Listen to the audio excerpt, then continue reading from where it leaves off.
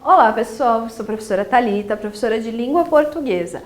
E hoje nós vamos então para a nossa segunda aula de literatura sobre quinhentismo. Seguindo o que a gente já fez na primeira aula, a gente vai resolver então exercícios. Peço que vocês peguem o livro de vocês, lá na página 158, tá? Nós vamos fazer ali a parte dos exercícios complementares. Primeira lá.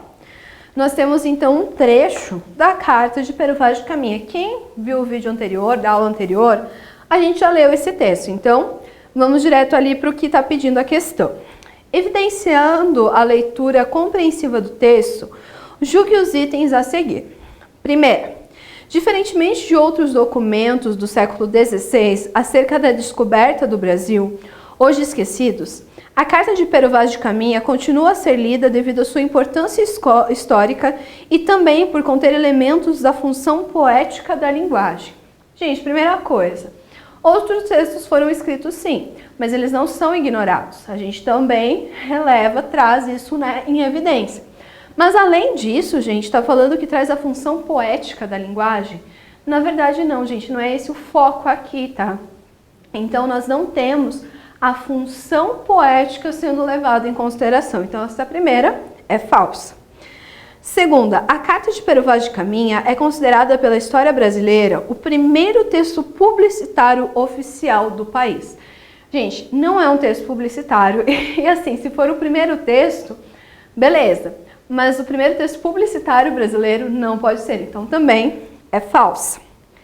Próxima, a Carta de Caminha é um texto essencialmente descritivo? Sim, porque ele está descrevendo o ambiente que ele vê. Próxima, Pero Vaz de Caminha foi o único português a enviar notícias da descoberta do Brasil ao rei de Portugal?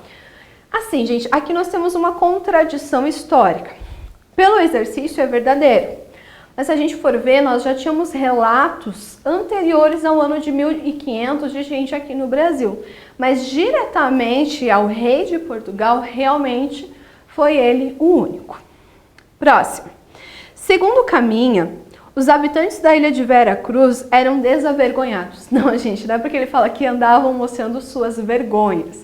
Ele estava, então, trazendo a descrição da forma que eles se comportavam. Ou seja, a sequência fica falsa, falsa, verdadeira, verdadeira, falsa. Número 2. Assinale a alternativa incorreta. Na obra de José de Anchieta, encontram-se poesias que seguem a tradição medieval e textos para teatro com clara intenção catequista. Correto. Letra B. A literatura informativa do quinhentismo empenha-se em fazer um levantamento da terra, daí ser predominantemente descritivo. Correta também. Letra C. A literatura seiscentista reflete um dualismo. O ser humano dividido entre a matéria e o espírito, o pecado e o perdão. Gente, a literatura seiscentista que ele fala é a literatura barroca também, tá? Então, sim, isso realmente acontece.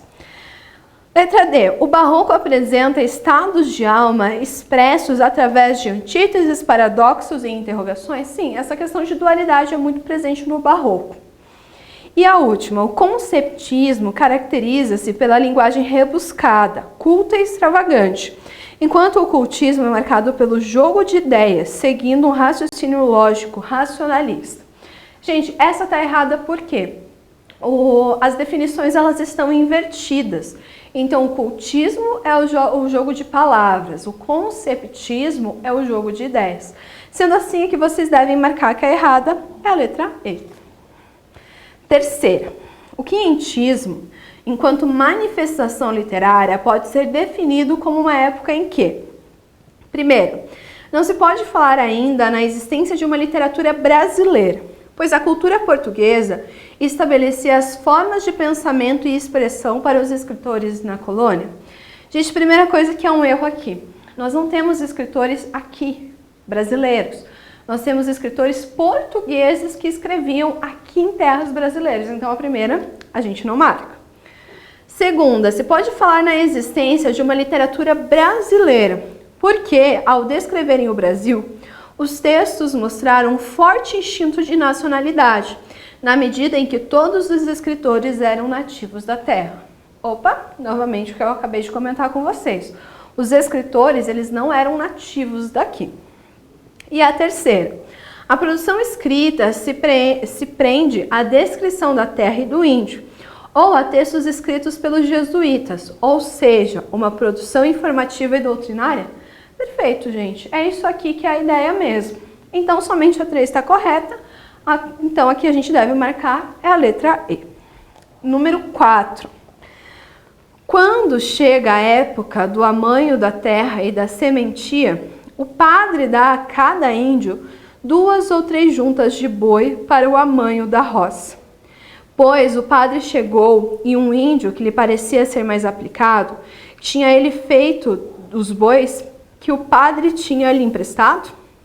O coitado está com fome, destrela o zebruno e o abate. Desta maneira, o pobre boi do arado virou fumaça num único almoço. Aos europeus, isso parecer incrível, mas aqui para nós é pura verdade, que os índios deixaram estragar as espigas de milho maduras e amarelas. Se os padres não os ameaçarem expressamente com 24 pancadas de sova como castigo, castigar dessa maneira paternal tem resultado extraordinário, também entre os bárbaros, mas selvagens, de sorte que nos amam de verdade como os filhos aos pais. Então aqui a gente tem um trecho, né, de viagem às missões jesuíticas e trabalhos apostólicos. A passagem se refere ao trabalho que o jesuíta desenvolvia junto aos índios do Brasil, nos séculos 16 e 17. Sobre esse contexto histórico, aponte a alternativa correta. Primeira, letra A. Os jesuítas desenvolveram a catequese junto aos índios, como forma de escravizá-los, aplicando constantes castigos físicos a quem não trabalhasse. Gente, para nós que lemos o texto, nós percebemos o quê? Eles não gostavam, os jesuítas não gostavam, então, de aplicar castigos físicos aos índios. Letra B. Os jesuítas pregavam que os índios selvagens não tinham alma e, portanto, era necessário convertê-los ao catolicismo, como forma de torná-los mais dóceis para serem escravizados pelos senhores de terras? Sim, gente. Era uma das formas que eles tinham de fazer isso. Letra C. As missões tinham como orientação integrar os índios nos princípios da civilização cristã, promovendo a educação religiosa e para o trabalho. Gente, a parte de educação religiosa está correta, mas para o trabalho, aí já não. Letra D. O trabalho das missões foi interrompido, pois não alcançava resultados práticos, e muitos padres acabavam adquirindo hábitos próprios dos índios, o que contrariava os interesses da igreja. Não, gente, isso não é verdade, eles ficavam do lado dos índios, mas não necessariamente eles adquiriam esses hábitos. Letra E. Apesar de conseguirem muitos resultados positivos nas atividades econômicas, pois castigavam os índios preguiçosos, no campo religioso não alcançaram resultados, sendo baixo o número de índios que se converteram ao cristianismo. Gente, nós sabemos, como população brasileira, que grande parte aqui do Brasil é católico, justamente por conta dessa catequização. Então, a E está errada. A certa, então, na número 4, é a letra B de bola. Número 5, gente, nós temos ali um texto. Águas são muitas, infindas. Em tal maneira é graciosa que, querendo-a aprovar, dar-se-á nela tudo, por bem das águas que tem. Porém, o melhor fruto que dela se pode tirar, me parece que será salvar esta gente. E esta deve ser a principal semente que Vossa Alteza em ela deve lançar. E que não houvesse mais que ter aqui esta pousada para esta navegação de Cacecute. Isto bastaria. Quanto mais disposição para se nela cumprir e fazer o que Vossa Alteza tanto deseja saber, a crescimento de nossa santa fé. Aí nós temos na sequência a Santa Inês. Cordeirinha linda, como folga o povo, por que vossa vinda lhe dá lume novo? Cordeirinha santa, de Jesus querida, vossa santa vinda o diabo espanta. Por isso vos canta com prazer o povo, porque vossa vinda lhe dá lume novo. Ali nós temos a primeira. Os dois fragmentos pertencem à chamada literatura informativa que representa o Brasil do século XVI. Caracterizam esses fragmentos. Letra A beleza da nova terra descoberta.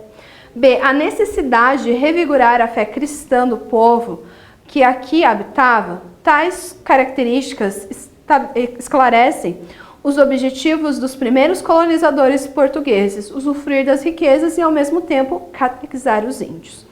Gente, qual que é o problema aqui? Está falando que os dois fragmentos são de literatura informativa. Isso a gente sabe que está errado. Segunda, os dois fragmentos pertencem à literatura informativa e jesuítica no Brasil do século XVI. No primeiro excerto, Pero Vaz de Caminha nos permite perceber as expectativas dos portugueses em relação ao Brasil. Dar-se-á nela tudo que bem, por bem das águas que tem. No segundo excerto, José de Anchieta exalta a figura de Santa Inês e incentiva o povo a praticar a fé cristã, evidenciando-se, portanto, as informações que a coroa portuguesa desejava obter, confirmando desse modo as reais intenções de expansão do comércio e da conquista de novas fontes de riqueza e de trabalho escravo. Também está correto. Essa está correta, a 1 não está. 4. Nos dois excertos evidenciam-se as primeiras manifestações literárias do Brasil colônia, denominado Ciclo do Descobrimento, compreendido por um conjunto de obras cujo objetivo era divulgar os descobrimentos marítimos e terrestres, a conquista e a colonização de territórios ultramarinos, a vida no mar e as consequências morais e políticas desses fatos. Gente, ela até parece certa em relação somente ao primeiro texto. Em relação ao segundo, ela está errada. Então, por enquanto, só 2 é correta. E a 8, nós temos. Nos dois excertos, fica muito evidente o objetivo maior do expansionismo marítimo de Portugal e da Espanha, dilatar a fé e o império. No primeiro, a terra brasileira, confrontada com a paisagem desoladora da África, já conhecida dos portugueses, mas parecia um paraíso intacto. As águas são muitas, infindas, e tal maneira graciosa que, querendo aproveitar, dar-se-á nela tudo por bem das águas que tem. No segundo, a cruz do cristianismo e a preocupação em dilatar a fé escondem objetivos mercantilistas e expansionistas da coroa portuguesa? Perfeito. Então, aqui a gente tem 10. A última. Nos dois excertos, o primeiro escrito por Pero Vaz de Caminha e o segundo pelo Padre Anchieta, confirmam-se as afirmações dos historiadores. Nos primórdios do século XVI, não se pode falar em literatura no Brasil. O que existia eram relatos de viagem, de escasso valor literário, informando sobre a natureza, um índio, documentando os processos de conquista e colonização. As obras dos jesuítas aparecem paralelamente às obras dos cronistas e viajantes, igualmente ricas de informação, mas acrescidas de um dado novo, a intenção pedagógica, moral e cristã. Ou seja, gente, a 16 também está correta. Então, nós tínhamos 10 mais 16, a soma dá 26. Bom, gente, espero ter ajudado vocês em mais uma aula de literatura. Até mais!